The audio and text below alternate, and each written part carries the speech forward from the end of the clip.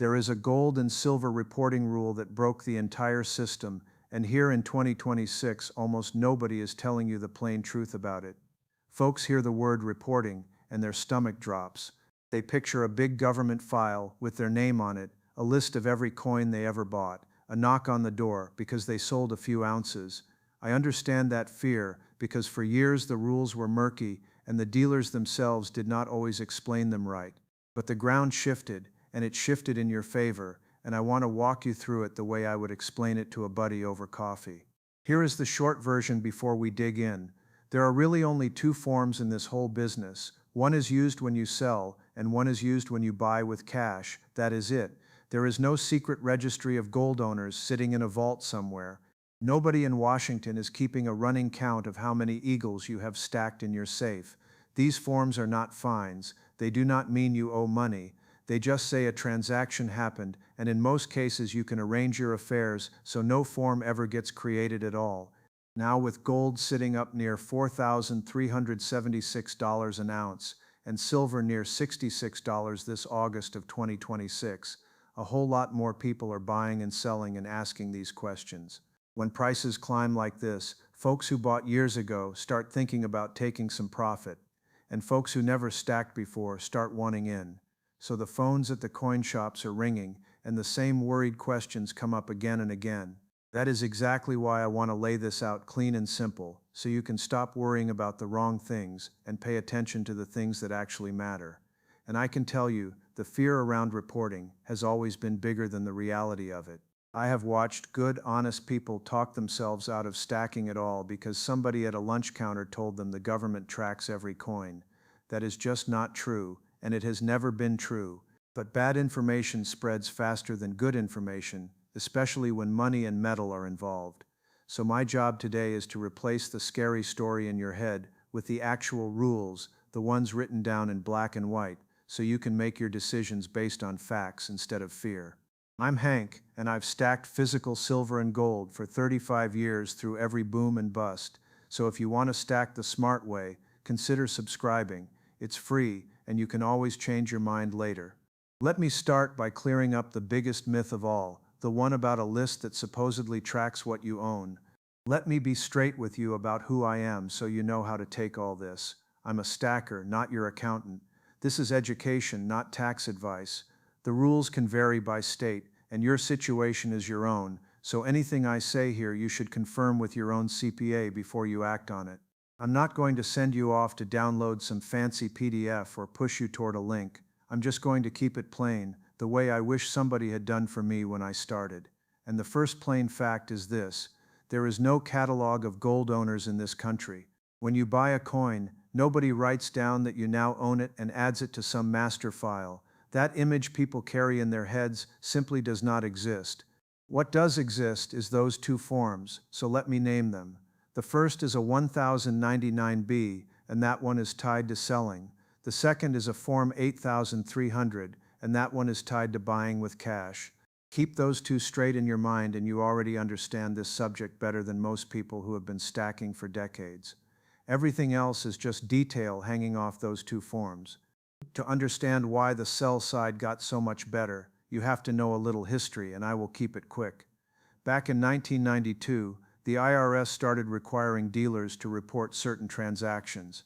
Those requirements were tied to old futures contracts that traded on the commodity exchanges, and the whole thing got built into a list that folks in the trade often called by its number, 92-103. That list named specific products and specific quantities that a dealer had to report when you sold them. And here is the strange part. That list stuck around for about 30 years, even though the underlying futures contracts it was based on changed over time. The paperwork outlived its own reasons for existing. It just kept rolling along because nobody pushed hard enough to fix it. Then in 2023, the industry finally started asking the right question out loud. People said, look, these contracts are not what they used to be, so why are we still reporting off an old list that no longer matches reality? The question worked its way up, and in March of 2024, the IRS lawyers looked at it and agreed. The change took effect, and new official instructions came out. So this is not a rumor or a maybe, It is a real change that already happened, with real paperwork behind it. So what died on that old list? This is the part that is going to make a lot of you smile. Under the old rules, certain coins and bars were reportable when you sold them in the wrong quantities. Gold kilo bars were on the list. 1,000-ounce silver bars were on the list. Krugerrands in quantities of 25 or more triggered a report. Maple leafs in quantities of 25 or more triggered a report. All of that, the coin part of it, is now over, done, finished. There is no reporting for coins anymore. American Eagles, whether gold or silver, are not reportable. Maple leafs are not reportable. Krugerrands are not reportable, and I mean of any quantity at all. You could sell a whole tube, a whole box, a whole monster box, and no form is generated on the coin side. Junk silver bags, those bags of old 90% dimes and quarters, not reportable either. That entire category of worry just went away. Now I have to be honest and complete with you, because the sell side is not a total free-for-all. Some things are still reported, and they are tied to the size of a standard futures contract. Let me walk you through the ones that still count so you know exactly where the lines are. On the gold side, a 100-ounce gold bar is reportable when you sell it. Selling 3 kilos of gold all at once is reportable, and remember a kilo is about 32 ounces, so 3 kilos lands you over the line. But here is the good news tucked inside that. Selling a single kilo bar, just one, is under the line and is not reportable. 1 kilo, you are fine. On the silver side, the standard futures contract is 5,000 ounces, and that number is the key to the whole thing. Selling a single 1,000-ounce silver bar is not reportable because 1,000 is well under 5,000. But watch this, because it catches people. If you sell 5 of the 100-ounce silver bars, that adds up to 5,000 ounces, and now you have hit the reportable amount. Same metal, different form factor, and the total is what matters. For platinum, the threshold sits at 50 ounces. For palladium, the threshold is 100 ounces, and all of these are aggregate sales within about a 24-hour period, so it is the total you sell in that window that counts, not each little piece on its own. I want you to notice something about all those thresholds because it tells you who these rules were ever really aimed at. These are big, bar-sized amounts. A 100-ounce gold bar, 3 kilos at once, 5,000 ounces of silver. These are the kinds of quantities a serious institution or a large trader moves, not the amounts a regular working stacker like you or me handles on a normal day. The everyday stacker buying an ounce here and a tube there was never the target. So if you are sitting there with a modest stack of coins and a few bars, worrying yourself sick over whether a sale gets reported, take a breath. In all likelihood, you are nowhere near these lines, and even if you were, a report is not the end of the world. Now, this next part is the most important warning in the whole video, so lean in. You cannot split your sales to stay under these thresholds. If you have got 6,000 ounces of silver you want to move, you cannot sell a little today, and a little tomorrow, and a little the next day, just to keep each batch under the line. That is called structuring, and it is a serious matter. The government does not just look at the raw numbers, they look at your intent. If your intent was to dodge the reporting by chopping up your sale, that is where you get into real trouble, far worse trouble than any form would have ever caused you. So do not play games. If a sale is reportable, let it be reported. A report is not a penalty.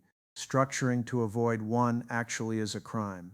Now, some of you have heard about the new CME 1-ounce gold futures contract, and you might be wondering if that drags 1-ounce coins back onto the reporting list. It does not. It changes nothing here, and the reason is simple. That new contract is cash settled, not physically settled. Nobody is delivering actual metal against it. Because it does not settle in physical gold, it does not create a reporting requirement for your physical coins. So selling your 1-ounce eagle, your 1-ounce buffalo, your 1-ounce maple leaf, none of that generates a form. Your everyday stacking coins stay private on the sell side, full stop. All right, let me flip over to the buy side because this is where that second form, the form 8300, comes into play, and this is where cash matters. The whole thing on the buy side comes down to one word, cash, and one number, $10,000. The banking system and the dealers who work inside it focus on cash amounts over $10,000. That is the trigger. So let me show you how that plays out in real life because the details surprise people. If you write a personal check for $20,000 to buy metal, that is not reportable, not one bit of it. Why? Because a check is already inside the banking system, the bank already knows about it. There is nothing for the dealer to report that the system does not already see. Same thing with a wire transfer, any amount, no report. Same thing with a credit card, any amount, no report. Those methods all run through the banking rails, so they do not generate a Form 8300. But cash is different. If you hand over more than $10,000 in actual cash, that generates a Form 8300. The dealer files it within 15 days, and then you get a letter by January 31st letting you know they filed it. That letter is not a bill, and it is not a punishment. It is just a notice that the form was filed, nothing more. I have had folks call me in a panic over that January letter, thinking they did something wrong. You did not do anything wrong. You paid cash for metal, which is perfectly legal, and the dealer did his job and told the government a cash transaction happened. That is the whole story. There is no next shoe waiting to drop. Now here is where you have to pay close attention, because certain payment types count as cash even when they do not feel like cash. A money order of $10,000 or less counts as cash. A cashier's check of $10,000 or less counts as cash. So those get treated like the green stuff. But, and this is the interesting turn, a cashier's check for $12,000 is not treated as cash. Why the difference? Because that $12,000 cashier's check already went through a bank, and the bank already recognized it as an amount over $10,000. The system already saw it, so no Form 8300 is needed. The small ones slip under the bank's notice, so they count as cash. The big ones already got noticed, so they do not. And here is the trap inside that. Say you bring in two money orders of $6,000 each. Each one on its own is under $10,000, but together they add up to $12,000 of cash equivalents, and because each was under the 10,000 line and never got the bank's attention on its own, together they generate a form. So do not think you have outsmarted anything by splitting a cash purchase into two money orders. It adds up and it counts. Checks never trigger it, wires never trigger it, cards never trigger it. It is the cash and the cash equivalents that do.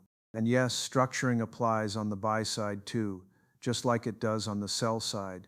Do not buy $9,000 in cash today and another $9,000 tomorrow, and keep doing that over and over to duck under the 10,000 line.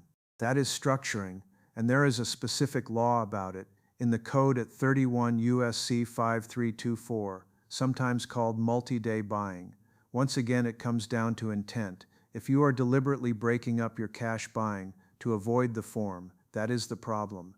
Now hear me clearly, because I do not want to scare off the honest folks. If you are simply doing a steady, legitimate dollar cost average buy, putting the same modest amount in every week or every month because that is your plan, that is a completely different thing. Systematic, honest buying is not structuring. Sneaky splitting to dodge a form is. The difference is your intent. An honest intent is easy to show when you are just stacking on a schedule. Let me give you a little of the bigger picture so all this makes sense, because a lot of it traces back to the Patriot Act. After that law, dealers had to follow anti-money laundering programs. A real coin dealer has a compliance officer, does annual training and gets audited. And here is the reassuring part. With all that structure in place, it is actually rare that they ever file one of these forms. Most days, most transactions, nothing gets filed at all. Now banks have another tool called a SAR, a Suspicious Activity Report, and that one is more significant than the forms we have been talking about. But the plain fact is a coin shop operates with a lot less surveillance than a bank does, and that is normal and fine. You are not walking into a fortress of monitoring when you visit your local dealer. You are visiting a small business that follows the rules and mostly just sells metal. And understand why all that compliance machinery exists in the first place. It was never built to spy on a fellow buying silver for his grandkids. It was built to catch genuine money laundering, big criminal money moving through the system. So when you walk in with honest money to buy honest metal, you are not the kind of thing any of it is hunting for. The rules brush right past you. That is why so many stackers go year after year, buying and selling, and never once trigger a single form. The system is looking over your head at much bigger fish, and that is exactly how it was designed to work. Now I have got to give you one important caution, and this is the one folks most want to forget, so I am going to say it plainly. No form does not mean no tax. Those are two completely separate things. Just because a sale did not generate a 1099B does not mean you get to skip the taxes on it. If you sell your metal for a gain, you still owe tax on that gain. That is the law, form or no form. And metals get treated as collectibles, which means the gain can be taxed at a slightly higher rate than what you would pay on long-term stocks or bonds. So the absence of a form is not the absence of a tax bill. This is exactly why record keeping matters so much, and it is the one homework assignment I will give you. Keep your receipts, keep your records, take photos if you want, write down what you paid and when you bought it. Because if you ever get audited and you cannot prove what you paid, the IRS can assume your cost basis was zero, which would mean they treat the entire sale price as gain and tax you on all of it. That is a brutal outcome, and it is completely avoidable. A shoebox of receipts and a simple list can save you a fortune. Do not skip this part just because the forms got easier. The tax side did not change, and your records are your protection. Let me make that real for you with plain numbers. Say you bought an ounce of gold years back for a couple $1,000s, and you sell it today near that $4,300 range. Your gain is the difference between what you sold it for and what you paid. If you have got the receipt showing you paid $2,000, you owe tax on the gain above that $2,000, and that is fair. But if you lost that receipt and cannot prove a thing, the IRS is entitled to treat your cost as zero and tax you on the whole sale price as though it were pure profit. Same coin, same sale, but a missing piece of paper doubles or triples your tax bill. That is why an old cigar box full of receipts is worth its weight in the metal itself. Keeping records is not busy work, it is money in your pocket at tax time. So let me pull this all together into something you can carry in your head. Coins are off the reporting list entirely, of any quantity. Your purchases are not being tracked in some registry. The only real trigger on the buy side is cash at $10,000 or more, and even that is just a form, not a fine. On the sell side, only the big contract-sized amounts of bars still get reported, while your Eagles and Maples and Krugerrands and junk silver stay private. You cannot split sales or split cash buys to game the thresholds, because structuring is about intent, and that is where people actually get hurt. No form does not mean no tax, so keep your receipts and protect your cost basis. And when you add all that up, the truth is that most of what you do as a stacker is entirely private, and that has not changed one bit. Think about how good that news really is. For about 30 years, folks selling ordinary coins had to wonder whether a form was coming, and dealers had to track products that had no business being tracked anymore. That whole tangle got cleaned up, and the cleanup landed on the side of the ordinary owner.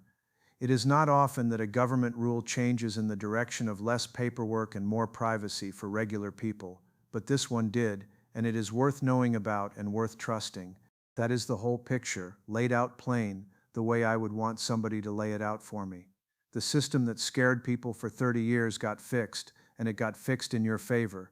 The coin worries are gone. The cash rule is simple. The tax rule is the one thing you have to respect, and you respect it by keeping good records. Do those few things, stack the smart way, and you can go about your business with a clear head and a steady hand. Confirm the specifics with your own CPA, keep your paperwork straight, and enjoy the fact that in this corner of your life, you have got a lot more privacy than the fearmongers ever let on.